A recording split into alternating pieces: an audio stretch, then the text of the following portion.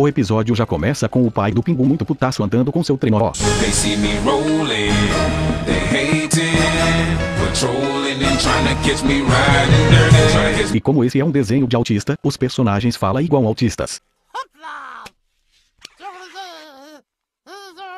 Daí o Pingu bate na porta do vizinho.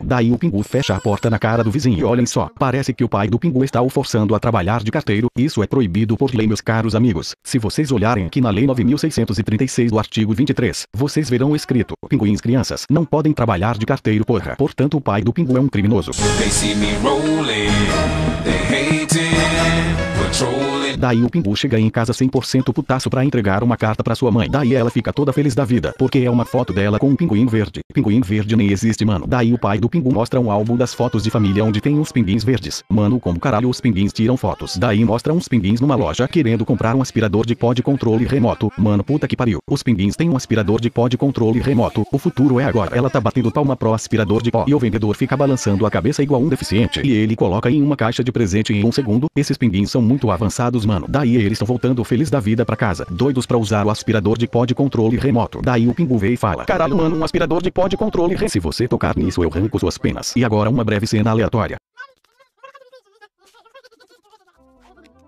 Fim da breve cena aleatória. Daí o pai do Pingu liga ao seu trenó, vai dar um rolê com a mãe do Pingu. E o Pingu fica sozinho em casa com o aspirador de pó. E a mão dele chega a tremer. E ele já começa a fuçar na porra do negócio que o pai dele mandou ele não mexer. Daí chega o irmão do Pingu com Satanás no corpo, querendo foder com a porra toda. Aí o Pingu começa a mexer no controle e a porra do aspirador de pó começa a flutuar. Eu não tô entendendo, mas porra nenhuma, velho. E o Pinguzinho já começa a dançar o passinho do romano ali. Daí o aspirador cai no chão e já fode a porra toda. E o Pingu já começa a tremer as mãos de novo. Esse filho da puta tem Parkinson. Daí o pai do Pingu chega em casa e leva a família inteira pra uma festa de pinguins verdes. E agora descobrimos como os pinguins tiram fotos. Eles contratam focas.